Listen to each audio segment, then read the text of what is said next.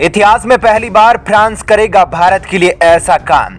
रूस इजराइल की तरह फ्रांस ने भी बढ़ाया भारत से दोस्ती का हाथ। फ्रांस बाराकूडा क्लास परमाणु पनडुब्बियों को भारत को करेगा ऑफर। इन पनडुब्बियों के जरिए भारतीय वायुसेना हिंद महासागर में मचाएगी भौकाल।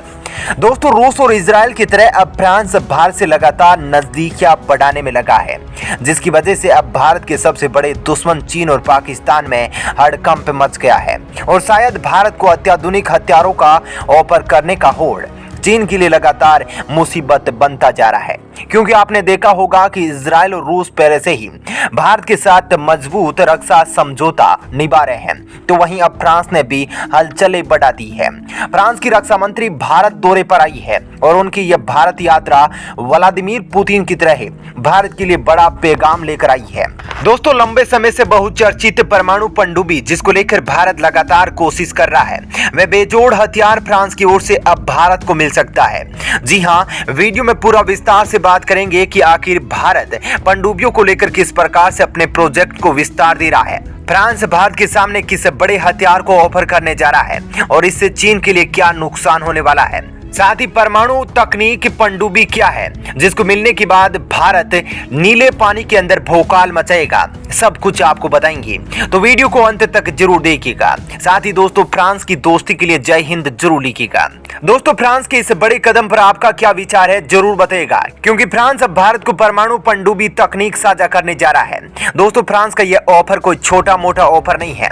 इतिहास में पहली बार भारत के लिए किसी देश ने यह इतना बड़ा कदम उठाया है और फ्रांस के इस कदम के बाद एलएसी पर पटखनी खाने वाला चीन जो समुद्र में उछल रहा था, उसको भी भारत घेरने की कोशिश करेगा और उसके मौत के दरवाजे को ऑस्ट्रेलिया, जापान और अमेरिका के साथ मिलकर खोल देगा। दोस्तों, दुनिया में तेजी से बदलते भू राजनीतिक गठजोड़ से भारत और फ्रांस लगातार करीब आ रहे हैं। इसी रिश्ते को मजबूती देने के लिए आपको बता दूं कि 17 दिसंबर को फ्रांसीसी रक्षा मंत्री फ्लोरेंस पार्ले भारत पहुंच चुकी है। 2 दिन के दौरे में फ्रांसीसी रक्षा मंत्री भारत के साथ कई शीर्ष नेताओं और अधिकारियों के साथ बातचीत करेगी। दावा किया जा रहा है कि फ्रांसीसी रक्षा मंत्री भारत यात्रा के दौरान मेक इन इंडिया पहल के तहत बाराकूडा क्लास परमाणु पनडुब्बियों को ऑफर कर सकती है और अब यह भारत पर निर्भर करता है कि वह फ्रांस की इस परमाणु पनडुब्बी को खरीदेगा या किसी दूसरी योजना पर काम करेगा। दोस्तों, यह भारत के सैन्य उपकरणों के मामले में सबसे महत्वपूर्ण पेशकश हो सकती है। इन पनडुब्बियों के जरिए भारतीय नौसेना हिंद महासागर में अपनी दुर्जयी क्षमता को और ज्यादा बढ़ा सकती है और चीन के मुंह पर बड़ा तमाचा जड़ सकती है। इतना ही नहीं, इस क्षेत्र में तेजी से बढ़ती चीन की दिलचस्पी को भी प्रभावी तरीके से काउंटर किया जा सकता है। दोस्तों, किसी भी देश के लिए परमाणु पनडुब्बी प्रौद्योगिकी को उसकी सैन्य क्षमता का ताज माना जाता है। ऐसे में अगर टेक्नोलॉजी ट्रांसफर के तहत फ्रांस इन पनडुब्बियों को भारत में बनाने का ऑफर देता है, तो भारत को इससे ठुकराना भी आसान नहीं होगा, क्योंकि दोस्तों यहाँ पर भारत को 2 फायदे होने वाले हैं। एक, भारत के पास बेजोड़ तकनीक वाली पनडुब्बी आ जाएगी, साथ ही भारत के अंदर रोजगार का सर्जन होगा और विदेशी मुद्रा भी भारत की कम खर्च होगी। दोस्तों, बाराकूडा क्लास की परमाणु पनडुब्बियां समुद्र में 350 मीटर से अधिक गहराई तक जा सकती है। इतना ही नहीं दोस्तों, ये पनडुब्बियां अलग अलग तरह की मिसाइलों और टॉर्पीडो से भी हमला कर सकती है। पहली बार भारत को ऑफर होगी परमाणु पनडुब्बी की तकनीक। दोस्तों, यह पहली बार है जब कोई देश भारत को परमाणु ऊर्जा से चलने वाली पनडुब्बी तकनीक की पेशकश करेगा। अतीत में रूस और तत्कालीन सोवियत संघ ने 2 मौके पर भारत को परमाणु संचालित अटैक पनडुब्बियों यानी कि SSN तकनीक को पट्टे पर दिया था। 2019 की मीडिया रिपोर्ट्स के अनुसार भारत ने रूस के साथ परमाणु पनडुब्बियों की खरीद को लेकर एक सीक्रेट डील की थी। इस डील की कुल लागत तब $3 बिलियन बताई गई थी। इसके तहत 2025 में भारत को रूस से एक परमाणु पनडुब्बी मिलेगी, जिसे INS चक्र 3 के नाम से जाना जाएगा।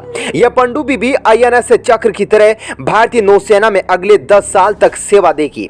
भारत को जो पनडुब्बी मिलने वाली है वह रूस की एकुला सेकंड क्लास की K322 कासालोट है। इसमें इंटीग्रेटेड सोनार सिस्टम लगा हुआ है जो काफी दूर से बिना किसी हलचल के दुश्मन की लोकेशन के बारे में पता लगा लेता है।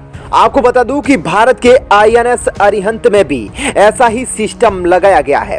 वर्तमान में भारतीय नौसेना में केवल एक ही बैलिस्टिक मिसाइल परमाणु पनडुब्बी INS अरिहंत तैनात है।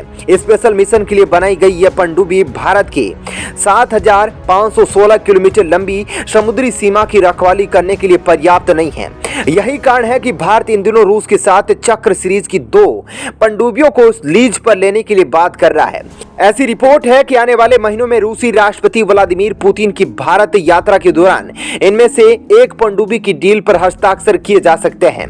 ऑकस से भारत को मिला बड़ा मौका, फ्रांस करने जा रहा है बड़ा ऑफर। दोस्तों, अमेरिका, ब्रिटेन और ऑस्ट्रेलिया के बीच हुई ऑकस डील भारत के लिए अपनी नेवल न्यूक्लियर रिएक्टर तकनीक हासिल करने का मौका लेकर आई है।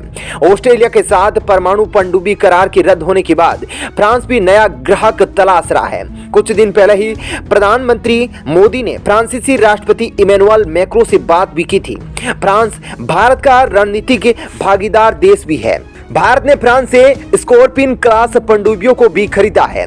इसके अलावा राफेल और मिराज 2000 लड़ाकू विमान भी फ्रांस में ही बने हुए हैं।